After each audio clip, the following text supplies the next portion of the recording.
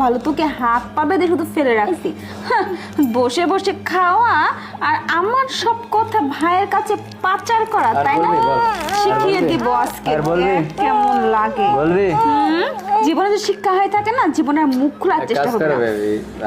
তোমার হাজবেন্ড মনে হয় কিছুক্ষণ হলে চলে আসতে পারে, একে ওয়ার্ডরোবের ভিতর চাপা দিয়ে তালা মেরে লক করে দিয়ে লক করে কি আমি একটু পরে চলে যাবো, সমস্যা একদম শেষ করে দিলে কেমন হয়? না না, সব কিছু একটা সিস্টেম আছে। ধরো কিরে, তুমি হাত ধরে আজকে বেঁচে যাচ্ছিস কিন্তু নেক্সট টাইম আর বাঁচতে পারবি না, বুঝছিস? আরে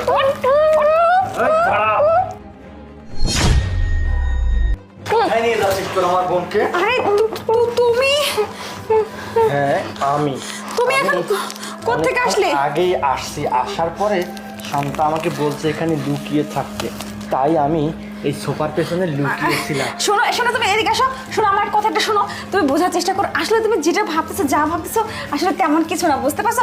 ওইটা দুষ্টু হয়ে গেছে, বুঝছো? ওইটা কেমন যেন মানে বাইরে বাইরে ঘুরে বেড়ায়, পাংখা গজাইছে ওর, বুঝো নাই?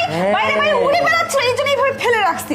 শোনো তুমি না একটু বোঝার চেষ্টা করো, আমি তো ওর ভাবি, আমি তোর ভালো চাই, তাই না? তুমি বাড়িতে থাকো না, সবকিছু তো আমাকেই মেনটেন করতে হয়, ওকেও দেখতে হয়। ও তোর বোনের মতো, তোমার বোন মানে আমারও বোন। হ্যাঁ স্যার, তুমি যে তো সুন্দর অভিনয় করো, তোমার তো চলচ্চিত্রে চান্স পাওয়ার কথা ছিল, এইখানে থাকার তো কোনো কথাই ছিল না। তুমি কি বলছো এসব? এখানে কেন? হ্যাঁ, আমি তো সেটাই বুঝতেছি না। শোনো তো তুমি তুমি আমার